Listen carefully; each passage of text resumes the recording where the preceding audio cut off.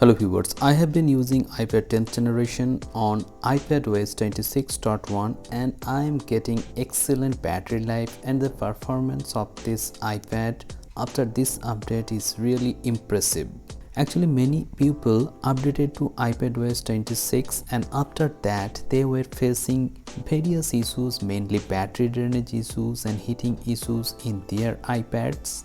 But when I updated my iPad 10th generation to Ipados 26.1, I can see that the performance has improved a lot and the battery backup that I am getting on a single charge is really impressive. After Ipados 26, there are many features like Stage Center, windowed apps. You can make use of these features.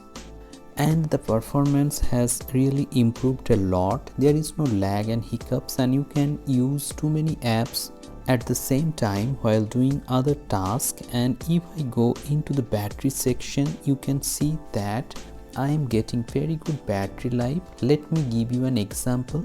Suppose I am using 43% battery life, and you can see that I have got around 4 hours and 49 minutes, and with 33% charge I got around 4 hours of screen on time. So it may be said that on a single charge you will definitely get 8 hours plus SOT, and that is impressive.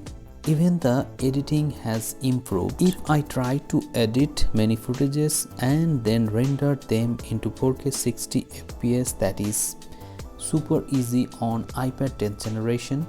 Also, if you use InShot video editing app, you can see that the timeline of the video is very smooth. There is no lag or frame drops. I mostly edit my videos on InShot video editing app. This is a very good app. This is not a paid promotion of this app. And if I want to render these footages into 4K 60 FPS, that is possible. As you can see here, I will select 4K and 60 FPS, but there is no option of HDR video editing on iPad 10th generation.